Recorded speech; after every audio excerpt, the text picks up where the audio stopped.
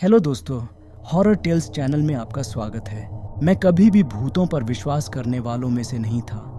वर्णक्रमीय भूतों और पारलौकिक संस्थाओं का विचार मुझे हमेशा प्रभावित करता था, क्योंकि मनोरंजन के लिए काल्पनिक कहानियां गढ़ी जाती थीं। कैंप फायर की कहानियों से अधिक कुछ नहीं।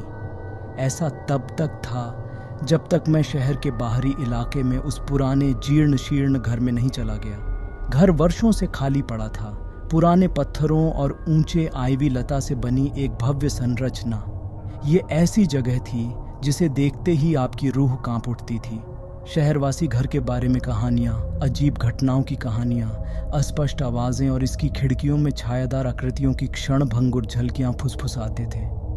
लेकिन मैं निश्चिंत था। मुझे एक जीर्ण शीर्ण अवशेष को एक आकर्षक घर में बदलने का अवसर मिला।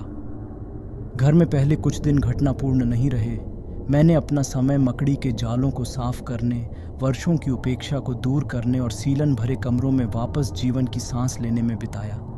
ये कठिन काम था, लेकिन घर को अपने अभयारण्य में बदलने के विचार ने मुझे आगे बढ़ने के लिए प्रेरित किया।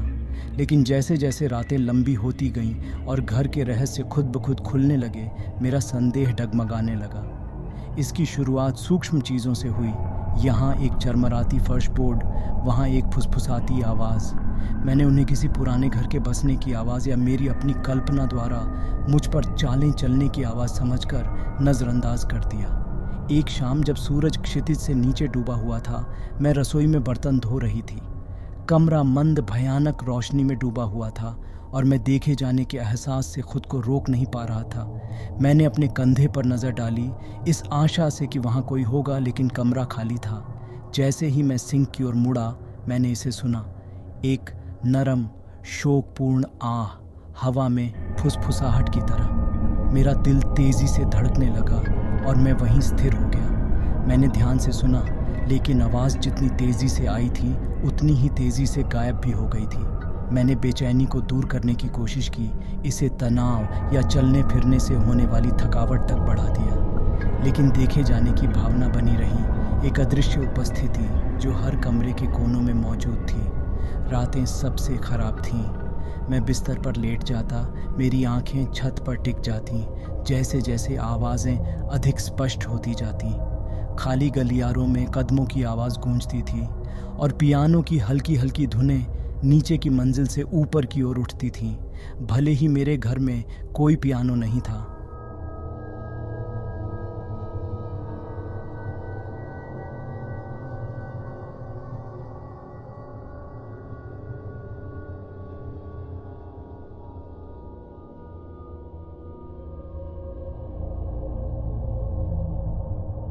मैं अविश्वास से चाबियां उठते और गिरते देखता रहा। उनकी हाथी दांत की सतह मानव हाथों से अछूती थी।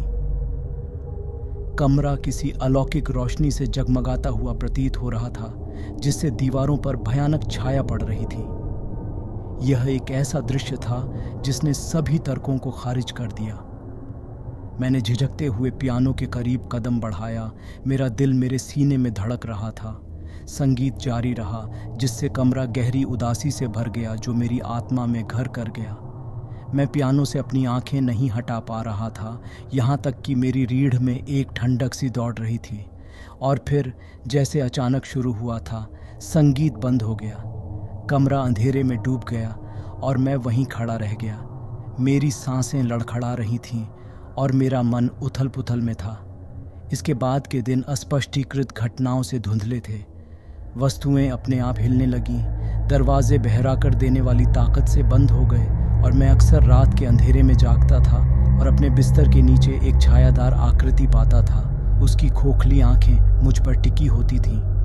मैंने शहर के लोगों से मदद मांगने की कोशिश की, लेकिन उन्होंने बस अपना सिर हिला दिया और मुझसे कहा कि जब तक मैं संभव हो घर छोड़ दूं।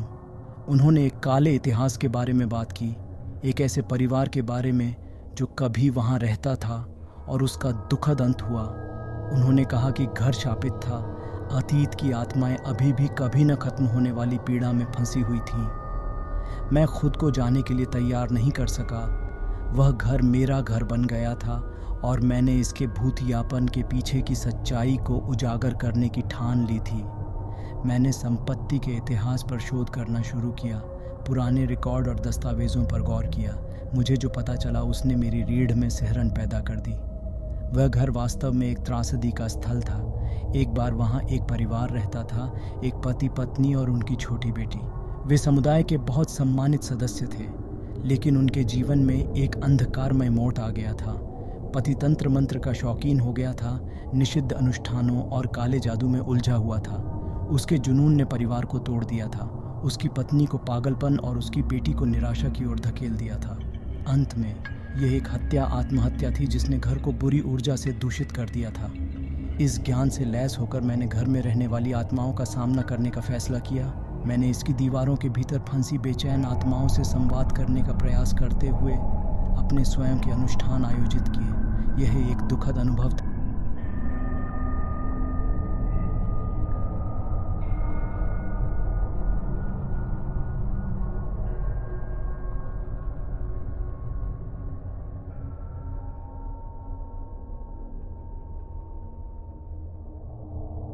अंत में मैंने आत्माओं को भगाया नहीं था, बल्कि मैंने उन्हें आवाज़ दी थी, सुनने का मौका दिया था। मैं अंधेरे से टूटे हुए एक परिवार को करीब ले आया था, और ऐसा करने में मुझे अपनी शांति मिली थी। चूंकि अब मैं घर में शांत बैठा हूँ, मैं कृतज्ञता की भावना महसूस किए बिना नहीं रह सकता। आत्माएं अब मुझे परेशान नहीं करती, और घर पीड़ा के बजाय सांत्वना का स्थान बन गया है। मुझे एहसास हुआ है कि जीवित और मृत के बीच की रेखा बहुत पतली है, और कभी-कभी अतीत हम तक ऐसे तरीकों से पहुंचता है जिन्हें हम समझ नहीं पाते हैं। अगर ये कहानी आपको पसंद आई हो तो वीडियो को लाइक और शेयर करें, और चैनल को सब्सक्राइब करना ना भूलें। धन्यवाद।